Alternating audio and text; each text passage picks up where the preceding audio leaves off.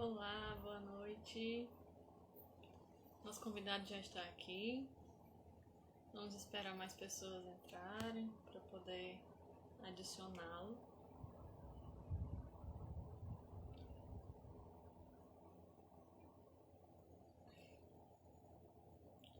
Vamos esperar só uns minutinhos para as pessoas começarem a entrar na live para a gente poder iniciar.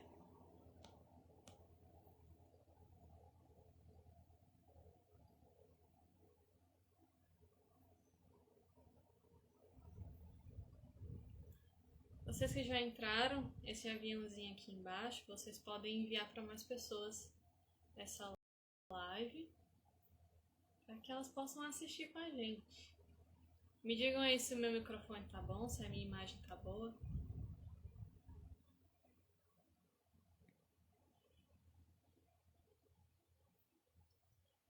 Olá, boa noite.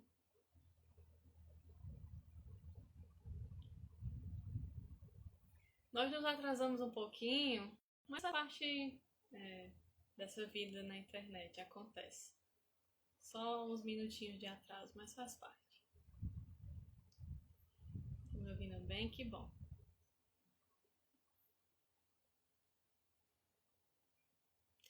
Muito bem, hoje é o nosso penúltimo dia de lives, né? Nossa última live com um convidado. A nossa última live de verdade será amanhã, que é a nossa vigília de adoração, que se der tudo certo vai ser transmitida aqui pelo perfil, então vocês vão poder assistir, certo? Mas com o convidado, hoje é o nosso último dia. E o nosso convidado de hoje é a pastoral familiar da Diocese de Limoeiro do Norte. Meu áudio está baixo. Só se falar mais alto, que ele está no máximo.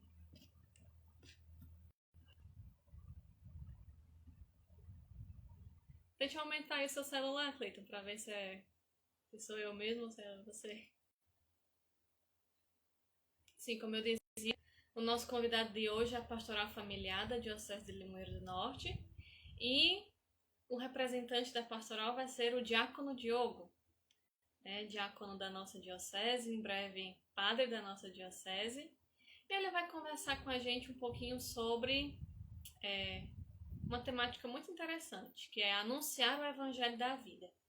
Essa temática nós retiramos do subsídio da Semana da Vida e achamos que seria muito pertinente conversar sobre essa temática com a pastoral familiar. Não é porque é justamente da família que nasce a vida.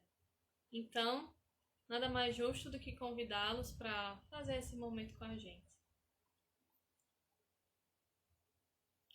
Se vocês estiverem escutando algum barulho, vocês podem me dizer, que vou tentar consertar.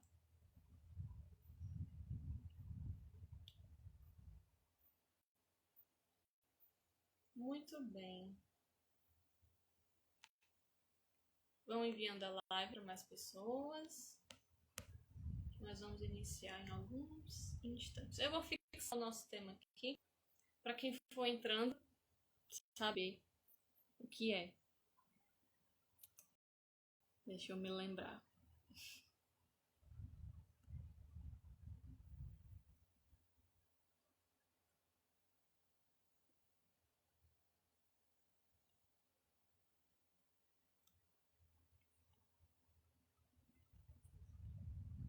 Pronto. Fixei o comentário. Acho que a gente pode iniciar, não é? Vamos iniciar. O convidado já está aqui. Deve estar ansioso para entrar, já mandou o convite. Então eu vou convidá-lo.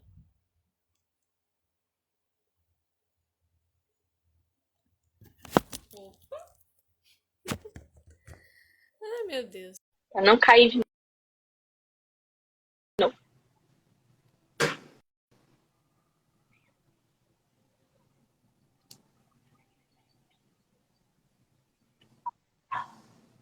Olá. Olá, boa noite. Boa noite. Tudo Tá tudo bem? certo aí?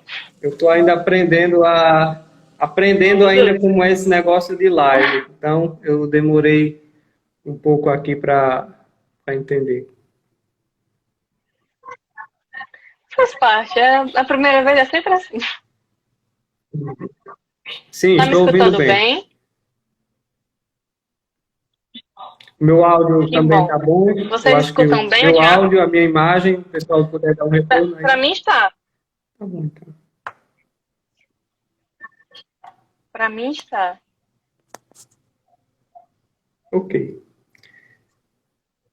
Então, obrigado Muito desde bem. já a todos que já estão participando aí conosco, que já estão assistindo, as pessoas que ao longo do dia foram curtindo, seguindo aí o Instagram, né? O novo Instagram da Pastoral Familiar da nossa Diocese de Limoeiro, que estamos inaugurando hoje, inaugurando nessa live com o pessoal Provida de Palhano aí.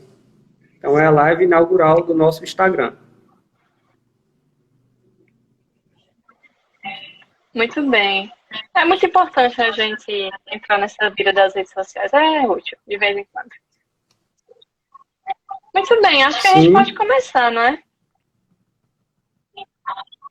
Então, como eu fixei aí na tela, o nosso tema é anunciar o Evangelho da Vida. Mas antes de começar o tema, eu queria que o senhor Diácono se apresentasse para a gente e falasse também um pouquinho sobre a pastoral familiar da Diocese, sobre a comissão, a qual o senhor é o coordenador da Diocese. Então, pode começar. tudo bem. Então, eu sei que essa live está atingindo pessoas, até mesmo não católicos, né? Mas quero, quero ter, Exatamente. quero poder iniciar essa live com uma pequena oração, né? Então, todos possamos nos unir, mesmo assim, nesta pequena oração. Vinde, Espírito Santo, enchei os corações dos vossos fiéis e acendei neles o fogo do vosso amor. E assim, Enviai, Senhor, o vosso Espírito, e tudo será criado, e renovareis a face da terra. Oremos, Deus, que instruís os corações dos vossos fiéis, com a luz do Espírito Santo, fazei que apreciemos retamente todas as coisas segundo o mesmo Espírito, e gozemos sempre de suas consolações. Por Cristo nosso Senhor. Amém. Em nome do Pai, do Filho e do Espírito Santo. Amém. Então, foi recentemente, foi no dia 25 do mês passado, que eu fui oficialmente nomeado e empossado como o coordenador da Comissão Diocesana para a Pastoral Familiar. Para se entender um pouco isso, a Diocese tem várias comissões, né? E uma dessas comissões é a comissão que trata da família. Quem é o presidente de cada uma das comissões da Diocese é o bispo diocesano. A nossa Diocese de Limoeiro do Norte e do André. Ele é o presidente de cada uma das comissões. Mas também tem um coordenador diocesano da pastoral e tem aí também um padre referencial, tem as pessoas referenciais de cada zonal, né? Então, é assim que funciona a pastoral, as pastorais. No caso, pastoral familiar, como eu disse, eu fiquei responsável como esse referencial no dia 25 desse mês, do mês passado. A pastoral familiar, ela surgiu como as outras pastorais no Brasil, os outros serviços da igreja no Brasil como uma maneira específica de responder a uma necessidade do nosso tempo. Então, em 1981, o Papa São João Paulo II escreveu uma exortação apostólica chamada Familiares Consórcio. Esta exortação apostólica, podemos dizer que ela é a mãe, a inspiradora da pastoral familiar no Brasil. Porque foram justamente as indagações, as motivações que o Papa João Paulo II trouxe naquela exortação apostólica, que se deu depois de um sínodo sobre a família, que fez surgir na igreja no Brasil a ideia da necessidade de se criar uma pastoral especificamente para tratar, cuidar, refletir a família. Então, houve um longo período de estudos, de trabalhos, né, desse documento, e no ano de 2004, durante a 42ª Assembleia Geral dos Bispos do Brasil, portanto, a Assembleia da CNBB, foi ali estabelecido um diretório geral para a pastoral familiar.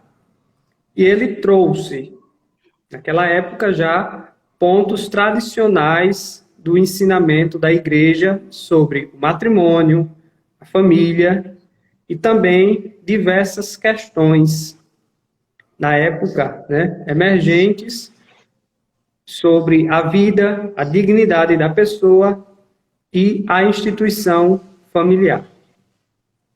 De modo que essa exortação apostólica, ela foi a inspiração e hoje continua sendo, ela é muito atual para o trabalho da pastoral familiar. E na nossa diocese, ela se consolida justamente nessa linha, de ser um serviço de modo específico, porque cada pastoral tem a sua especificidade, então, ela se caracteriza como um serviço específico para tratar das questões familiares, para tratar das necessidades das famílias. Muito bem. Muito bem. Dadas as devidas apresentações, acho que a gente pode partir do nosso tema, não é? Muito bem, diácono. O que seria esse anunciar o Evangelho da Vida que o subsídio da Semana da Vida nos propõe a refletir durante essa semana, no dia de hoje, no dia de amanhã? Então, essa expressão Evangelho da Vida, ela também é título de um outro documento de São João Paulo II, Evangelho Vitae, que o nosso bispo, Dom André, tratou muito bem na abertura da Semana Nacional da Vida, né? Acompanhei que ele tratou sobre essa questão de o porquê este ano a Evangelium Vitae é inspiração, motivação para a celebração da Semana Nacional da Vida. Mas, não querendo tornar redundante o assunto, podemos refletir de maneira muito simples sobre essa expressão. Evangelho da Vida. A primeira coisa que nos vem à mente é Evangelho. O Evangelho, como nós sabemos, ele trata da vida de nosso Senhor Jesus Cristo. da manifestação de nosso Senhor Jesus Cristo, de sua revelação. Portanto, da boa nova, da boa notícia de Deus para o mundo. Dizer que esta boa notícia tem intimamente, intrinsecamente, uma ligação com a vida é compreender que o plano de Deus, plenamente revelado em Jesus, é uma boa nova de vida. Isso é, que a salvação é vida plena. E foi o que nosso Senhor Jesus Cristo nos disse, né? Ele disse que Ele veio nos trazer vida e vida em abundância. Então, Evangelho da vida, anunciar o Evangelho da vida, anunciar que o que Deus nos oferece em sua revelação, em seu plano salvífico, é um projeto vivificante. É um projeto de vida. Veja, isso parece muito comum de se dizer, mas é de fato uma boa nova, é de fato uma boa notícia. Por quê? Porque foi nosso Senhor Jesus Cristo quem de fato fez o que diz um documento da igreja chamado Gaudium et Spes. Diz que Jesus mostrou ao homem quem é o homem.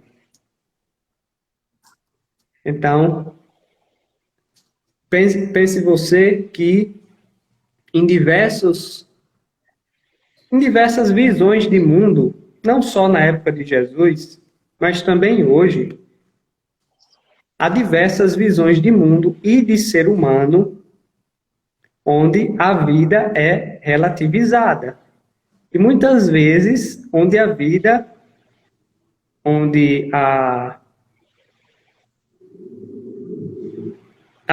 é tomada de modo polarizado. Por exemplo, haviam compreensões na época de Jesus em que compreensões, em certo sentido, dualistas, em certo sentido, onde a vida nesse mundo era simplesmente um castigo, né? Para isso, haviam certas compreensões filosóficas gregas e também de outras culturas, de outros povos, em que as pessoas compreendiam que essa vida aqui no mundo era, na realidade, um castigo que o ser humano estava tendo, ou por causa que, em alguma época mitológica, havia desafiado os deuses, ou porque tinha muita sede de conhecimento, e aí a alma que existia lá em outra dimensão tinha se encarnado aqui no mundo e agora estava vivendo uma prisão, como se a vida aqui na Terra fosse uma prisão, a vida nessa carne fosse uma prisão, e toda a finalidade da vida era se desprender disso, para ter a vida verdadeira.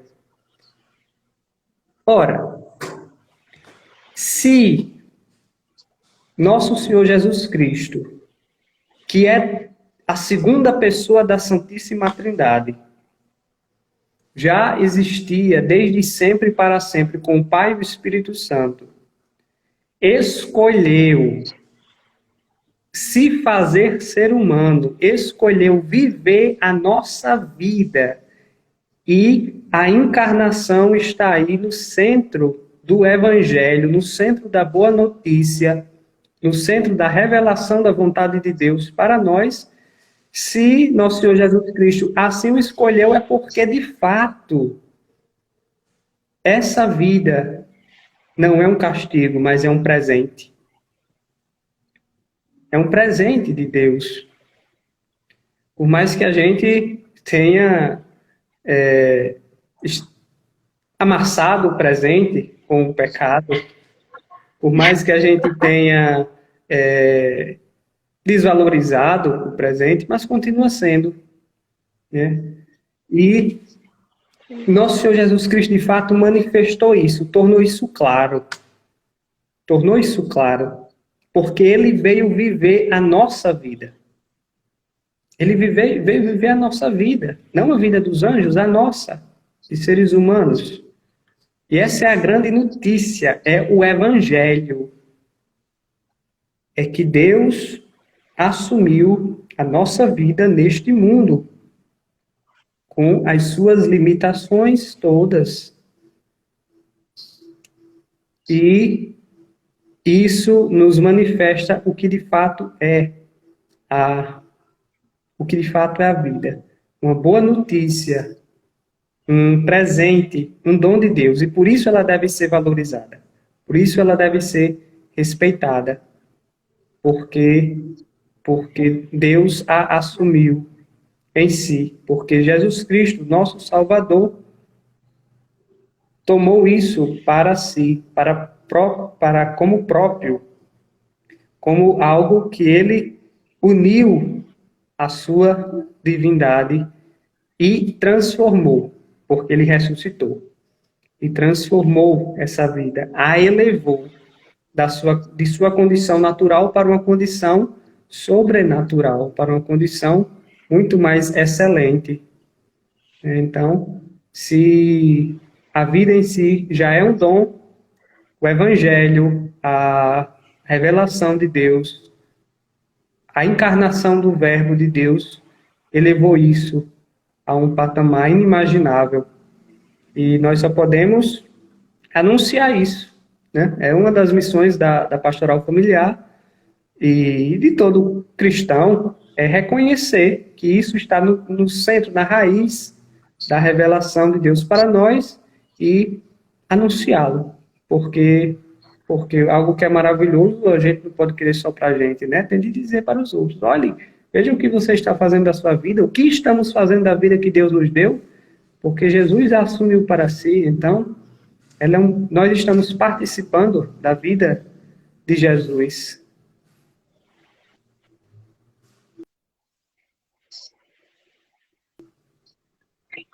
Muito bem. O senhor falando sobre essa questão de como, em diversos momentos da história da humanidade, se via a vida e a sua dignidade de forma diferente.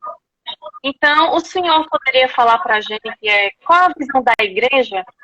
Eu falo visão da igreja porque foi a igreja que ensinou o movimento pró-vida e todos os movimentos que lutam a favor da vida o que é a verdadeira dignidade humana. Por mais que nós sejamos instituições separadas, foi a igreja, aliás, foi nosso Senhor Jesus, através da igreja, que ensinou o que é a vida para a gente, ensinou o seu valor e a sua dignidade. Sim, então, a visão da igreja, ou a compreensão da igreja sobre o que a vida é, a compreensão é a visão do Evangelho. Do Evangelho. Então, a missão da igreja, nesse sentido, é transmitir, é anunciar aquilo que nosso Senhor Jesus Cristo nos revelou. Como estávamos dizendo, dizer que isso é uma boa notícia é algo muito grandioso. Dizer que isso é um evangelho é algo grandioso. E isso está muito bem consolidado nos documentos da igreja ao longo desses 2000 anos. Desde que a igreja professa a sua fé, desde os primórdios, quando a igreja reza, quando a igreja proclama a encarnação do Verbo de Deus, ela já está proclamando o Evangelho da vida. Então, quando a igreja transmite, desde desde sempre, que o Verbo de Deus, como diz São João no prólogo do seu Evangelho, o Verbo que estava com Deus era Deus, se fez carne, ele está anunciando o Evangelho da vida, está anunciando que Deus entrou na nossa condição humana e a dignificou. Ao longo dos séculos, houveram compreensões contrárias a isso, como eu disse, né? Visões contrárias, antropologias contrárias. O próprio São João diz, em uma das suas cartas, que haviam pessoas que negavam a encarnação do Verbo. Ora, por que isso? Muita gente acha que o pessoal estava só discutindo questões doutrinárias, mas essas questões doutrinárias têm consequências na vida. Já houve uma heresia chamada catarismo, numa época da igreja, que era uma dessas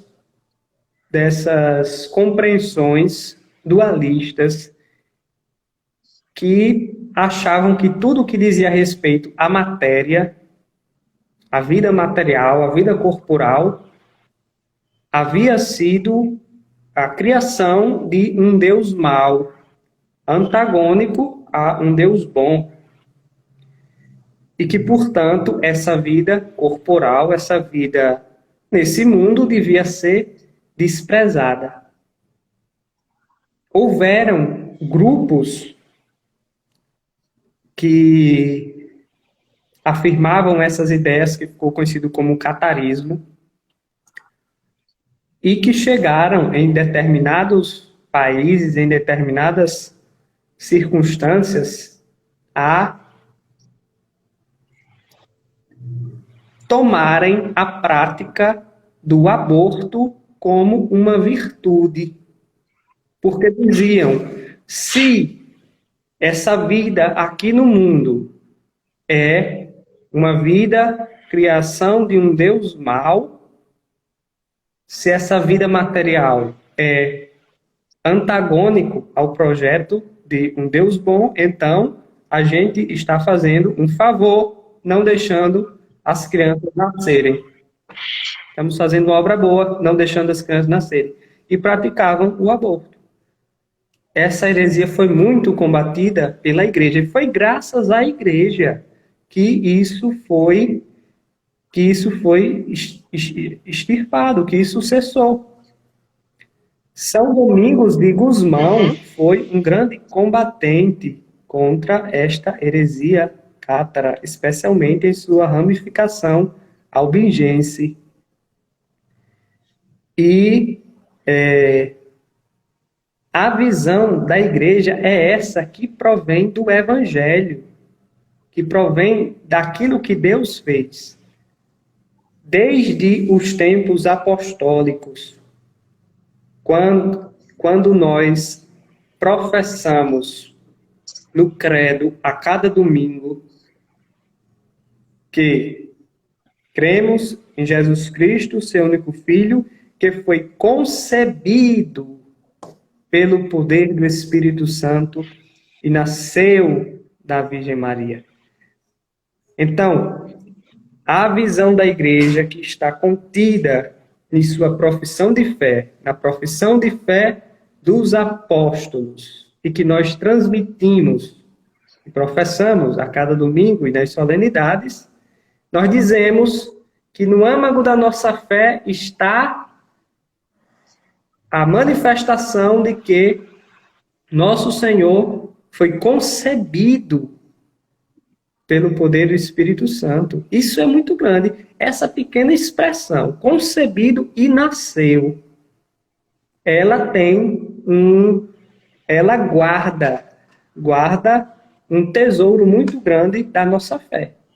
Algumas pessoas dizem assim, a questão de que defender a vida desde a concepção, isto é uma questão que vai depender do que as correntes da medicina, da ciência, vão dizer de onde começa a vida.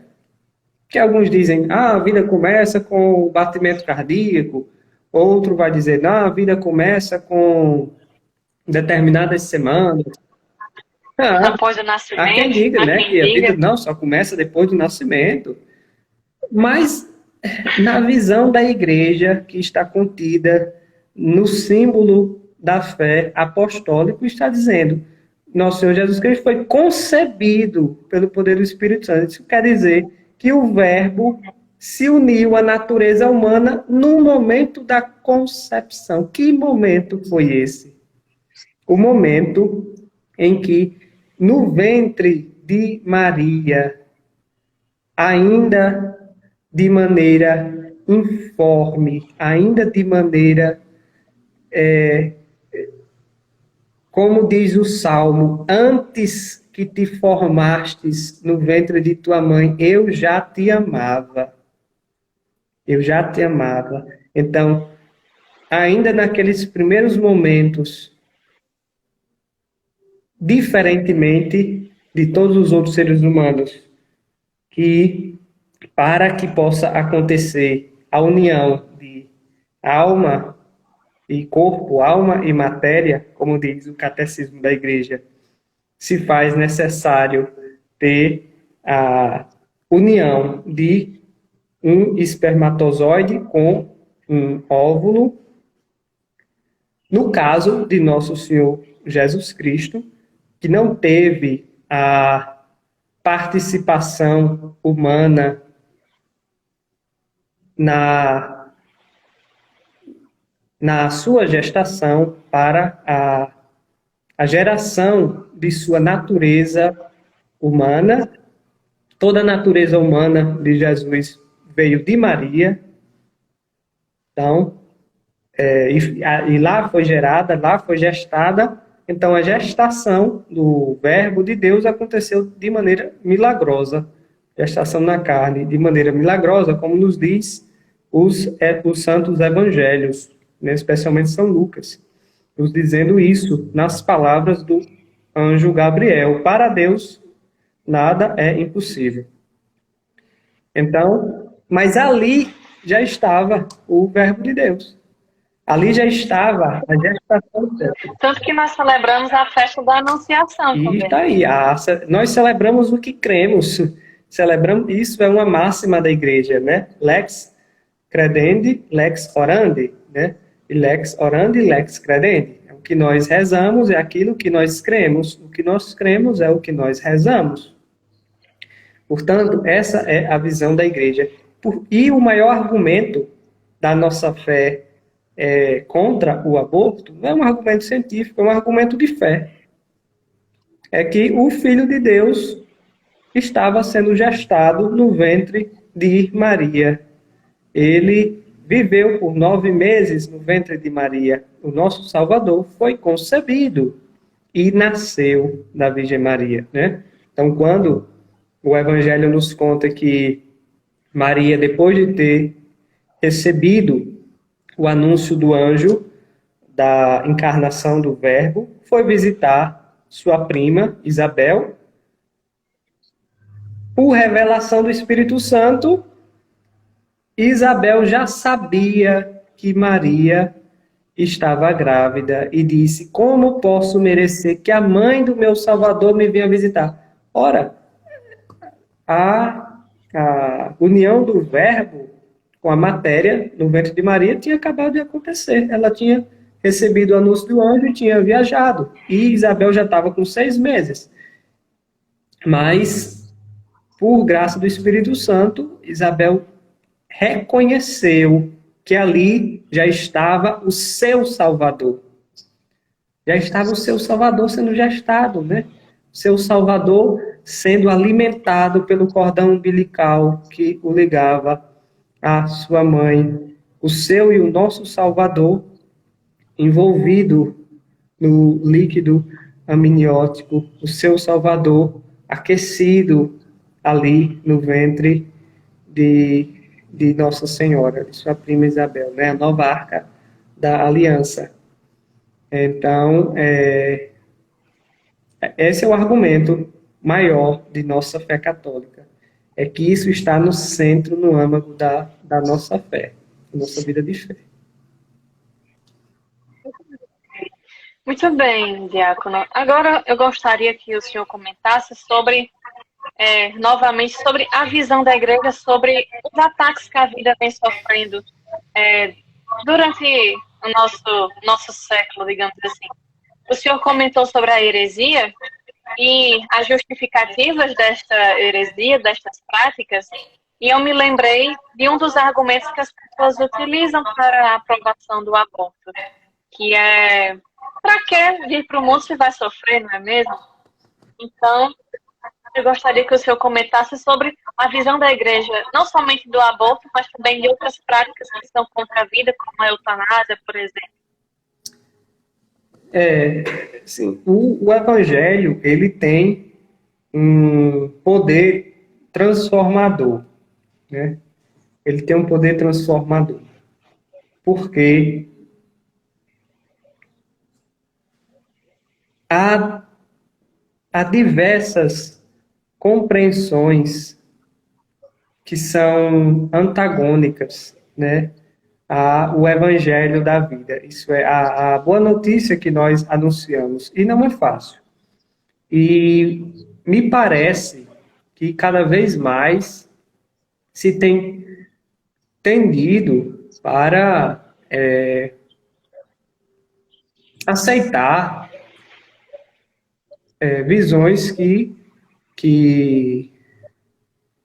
são, de fato, contrárias à vida e até de maneira muito, muito claras, muito assim, sem muita, como é que se pode dizer, sem muita máscara, né? Muita evidência. Então, veja você.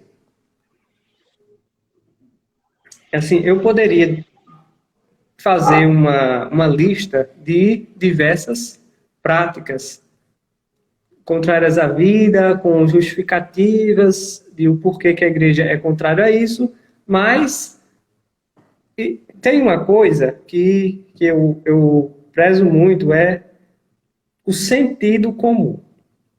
O sentido comum. Por quê? Porque o ser humano comum, o ser humano que não está, digamos assim,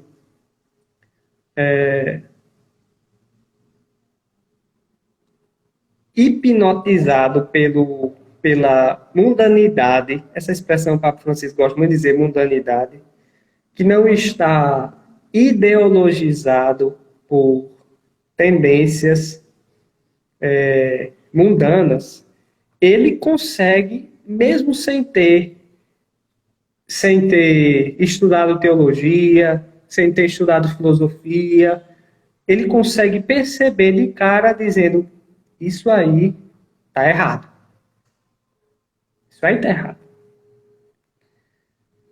Então, muitas vezes, há textos e mais textos, né? Há congressos, há pesquisas para justificar 1001 práticas, enquanto que o sentido comum do ser humano, os meus avós conseguiam olhar e dizer: isso aí está errado. Então veja você, que quando no ano 2000, 2001, houve um projeto de repercussão internacional chamado Projeto Genoma, onde se tinha um objetivo final, era decodificar o gene humano a ponto de se poder clonar o ser humano. Muitas classes científicas diziam que isso de fato era um crime. Por quê? Aí muitos diziam: porque não é um consenso da comunidade científica que se faça clonagem, que se faça pesquisas com embriões humanos, que se manipule a vida dessa maneira. Isso não está nos nossos manuais de ética, tal. Como se fosse simplesmente uma questão de que não está na hora, não está no momento. Isso ainda não é aceito por grande parte da população. Isso ainda não há leis contrárias a isso. Então, como se fosse uma coisa do momento, uma coisa que agora não dá, mas depois a gente pode pensar nisso. Como se o que atrapalhasse a evolução da pesquisa científica fosse, de fato, a visão, compreensão, antropologia judaico-cristã que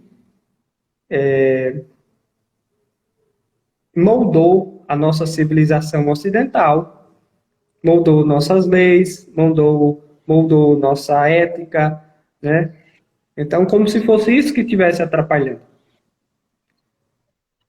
Ainda hoje, tem pessoas que veem a questão da pesquisa com célula tronco, e essas pesquisas genéticas e diziam assim, a igreja é muito retrógrada, muito atrasada, porque quantas curas se poderia ter com essas pesquisas, né? Quantas pessoas poderiam estar aí sendo tratadas se a igreja não tivesse imposto a sua visão assim na sociedade a ponto de se criar essas leis retrógradas e tudo. Ora, então, como eu disse, basta uma velhinha do interior, não precisa ser cientista, uma velhinha do interior com aquela sabedoria de vida para dizer assim, mas espera aí, meu filho, que a gente aprende um bocado de coisa com essas velhinhas, né?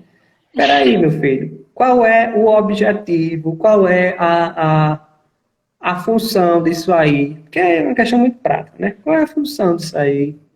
O povo do interior é muito prático. Qual é a função disso? Não é assim, é curar um bocado de gente, é salvar um bocado de gente com essas coisas e tal, e pode ser que gere aí cura de um câncer, pode ser que gere a gente consiga refazer tecidos, a gente consiga refazer diversos órgãos que estavam ali deteriorados, não sei o quê. A velhinha pergunta assim, mas a troco de quê? A gente vai pegar umas células embrionárias e vamos manipular, vamos estudar. Peraí. Trocando em miúdos, célula embrionária é o quê? Embrião. Embrião é o quê? Ser humano. Então você vai matar vários seres humanos para tentar salvar, tentar curar. Não sabe nem se vai conseguir ou se vai gerar outras doenças no futuro. Outros seres humanos? Mas peraí. Por que esses seres humanos são melhores do que esses outros? Porque embrião é ser humano. É ser humano. Por que esses seres humanos que estão aí doentes são melhores do que esses outros seres humanos? E a gente não sabe nem se vai conseguir fazer isso ou se vai mexer com a natureza a ponto de gerar outros problemas, que é a minha opinião. Aí a velhinha do interior diz, mais vale um pássaro na mão do que dois voando. Então é melhor a gente cuidar do ser humano como um todo e de todos os seres humanos.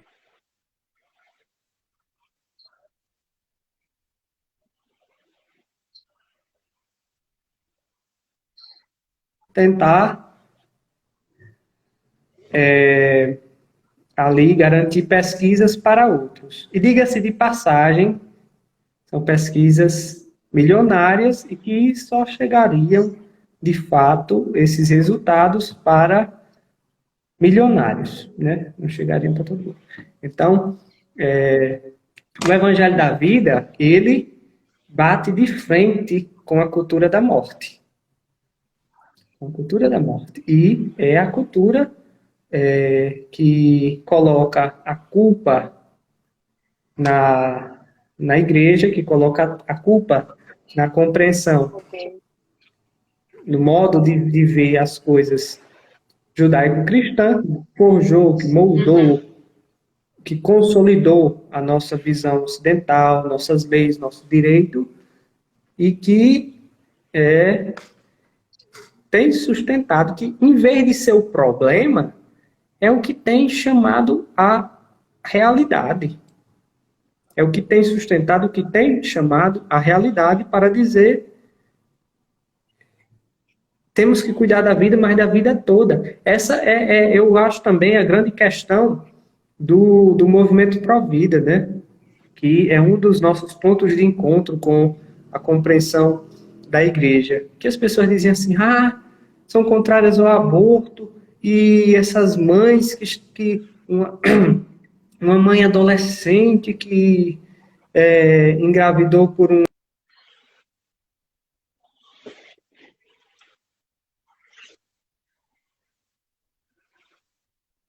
e agora vai ter que passar a conviver com esse trauma, né? Sem querer. Conviver com esse trauma agora, e como é que vai cuidar dessa criança, não sei o quê. Não estão pensando na vida dela. Mas a gente está pensando nas duas vidas, né? Então, a grande problemática é essa, que parece que quando a gente está falando da vida,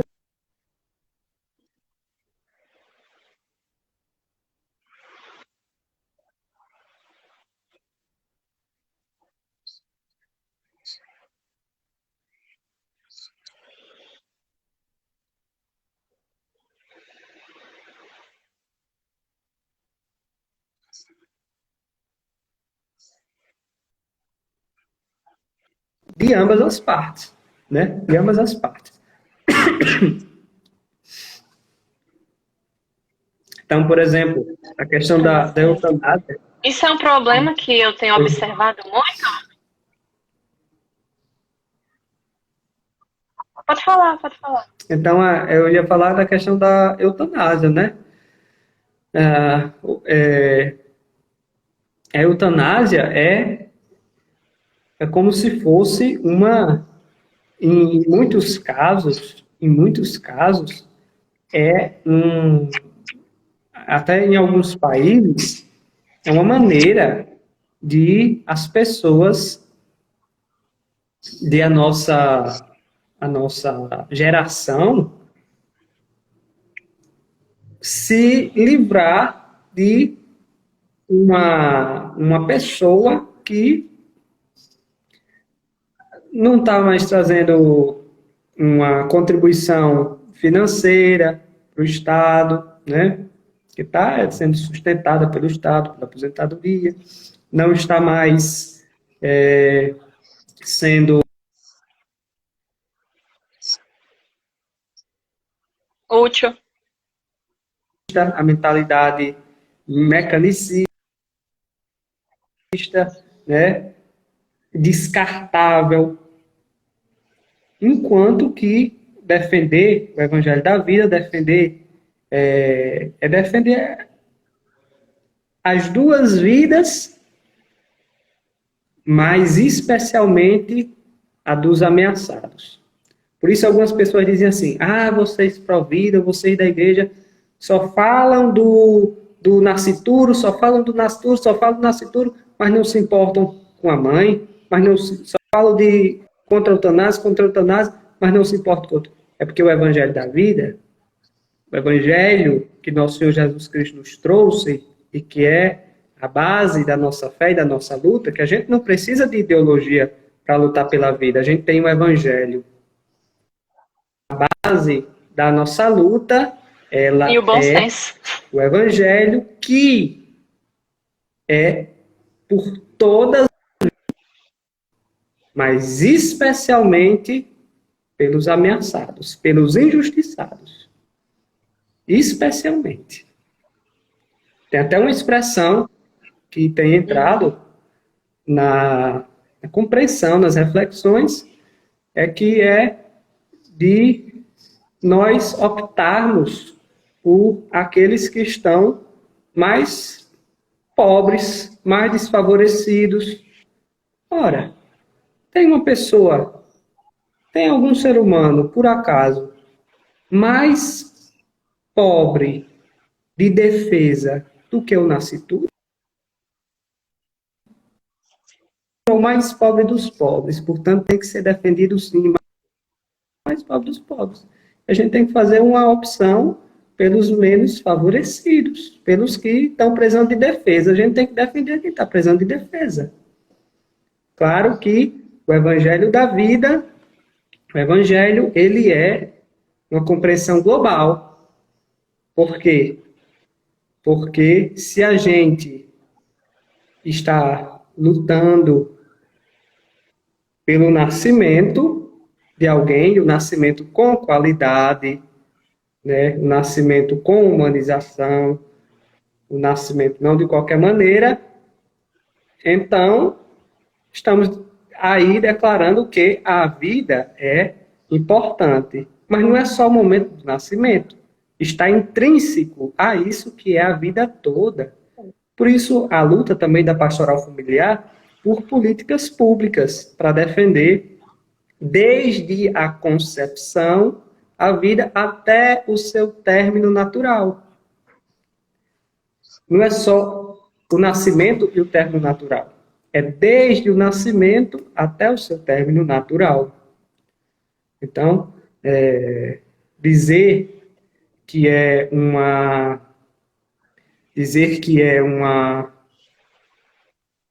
causa polarizada, que é uma causa que só vê um lado, que não vê o outro, ou é ignorância de quem não quer conhecer o projeto, o programa, ou de fato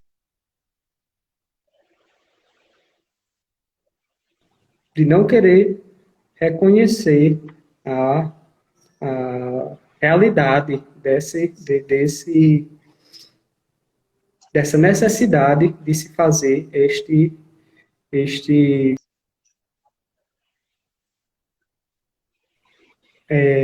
compreensão do nosso modo de atuação, né? Pela vida desde a concepção do nascimento até o término natural. Então, tem políticas públicas para defender a qualidade de vida na infância, né? Basta lembrar a pastoral da criança, que cuida desde o ventre materno,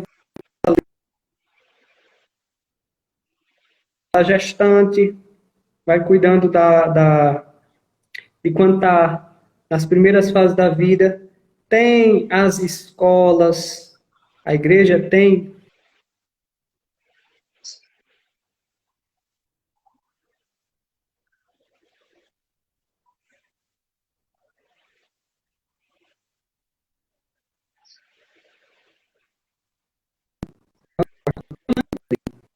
temos vários e vários programas, projetos, associações, congregações que cuidam dos pastorais, né? Que cuidam das questões sociais. Então, isso não é uma alienação, né? Alienação é quem não consegue reconhecer que uma pessoa sozinha não pode fazer tudo. Então, alguém tem que se especializar em alguma coisa. Mas, à medida que eu me especializo em alguma coisa, à medida que eu faço bem o meu trabalho, eu estou contribuindo para que o outro tenha tempo de também se especializar em outra coisa e fazer bem o dele. Né? E acho que é isso, né? Eu sei que vocês, do Movimento Pro Vida, compartilham de muitas angústias, muitas também perspectivas, né?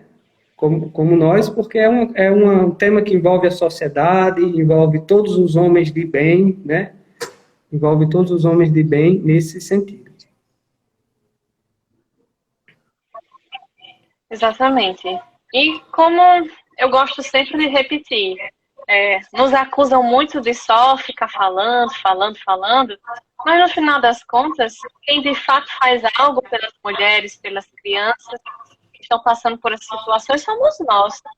Não é depois que uma mulher engravida tem uma criança, quem ela vai procurar? A Igreja Católica, por exemplo. A Igreja Católica ou outras instituições cristãs, porque a Igreja Católica, como o senhor disse, é a maior instituição de caridade do mundo. Então, no final das contas, no final de tudo, quem de fato faz alguma coisa por essas pessoas somos nós.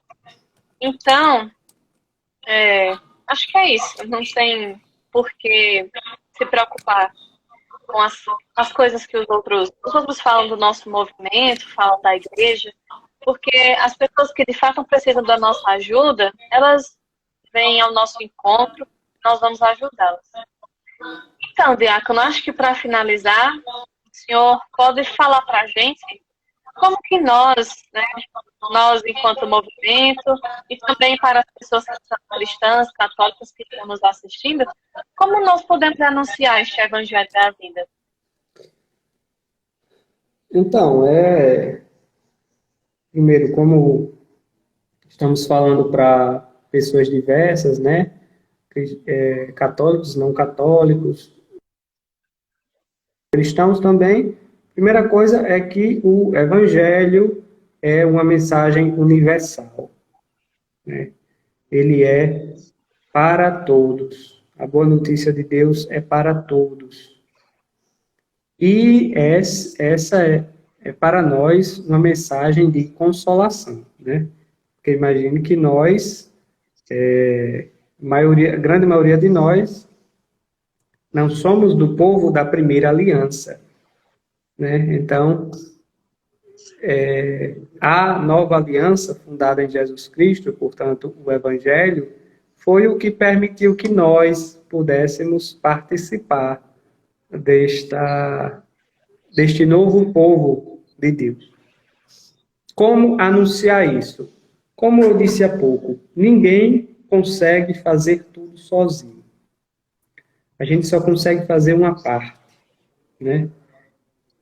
Isso está manifesto na igreja através dos ministérios, dos vários ministérios que tem. Cada um fazendo aquilo que percebe como um dom. São Paulo mesmo nos diz, em sua carta aos Coríntios, que a cada um é dado um dom que deve ser colocado a serviço dos outros, né? Então, o primeiro conselho que eu dou é: olhe ao redor. Olhe ao redor. Veja a necessidade, né?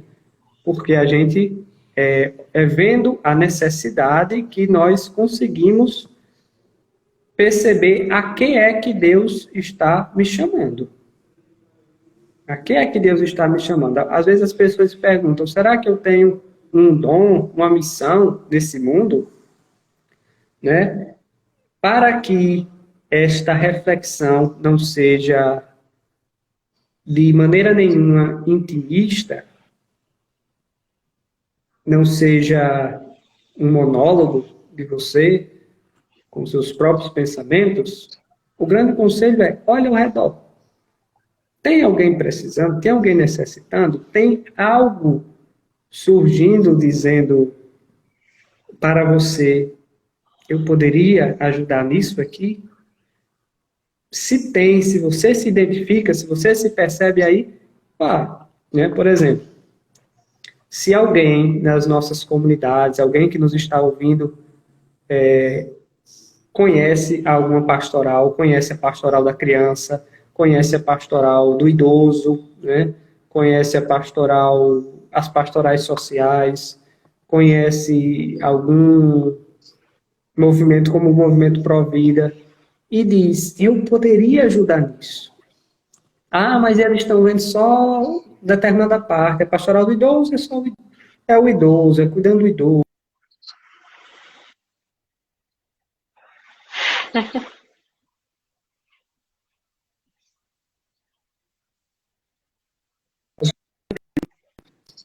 Porque você vai estar cuidando da sua missão. Aquilo que você sempre chamado a ser. E nós somos um corpo, né? São Paulo também diz isso, que nós somos um corpo. Então, se a mão faz bem a sua função,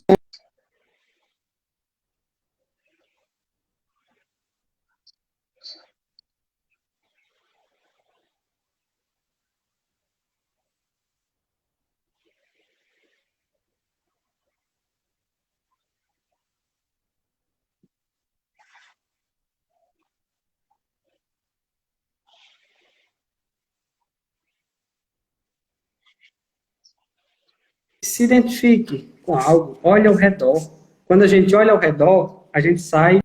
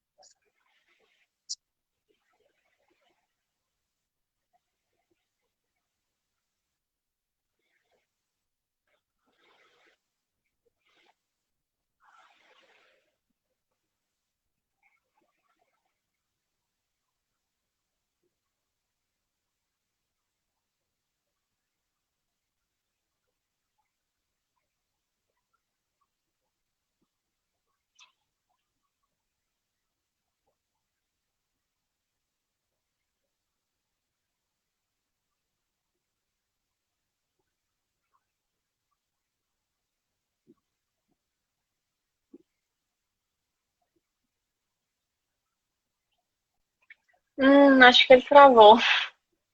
Vixe. Vamos ver se ele volta para a gente finalizar.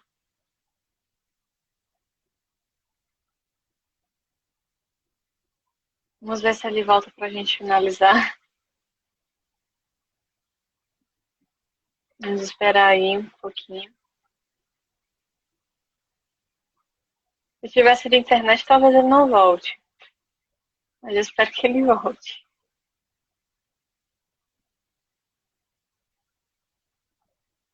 Tá, deixa eu convidar.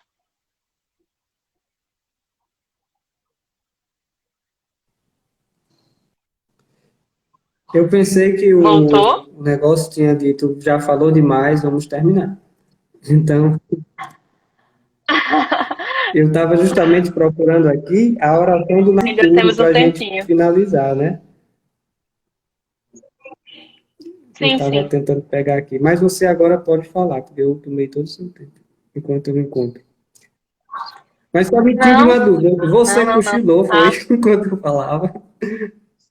não, Eu achei não, que senhor. eu Eu tinha estava falado atento. tanto, que aí você dormiu e pá, o celular caiu. Não, eu estava muito concentrada. É diferente. Vamos aqui. Deixa eu ver se eu encontro a oração. Que vergonha, ninguém sabe decorada. É, eu também não sei, por isso que eu estou procurando aqui.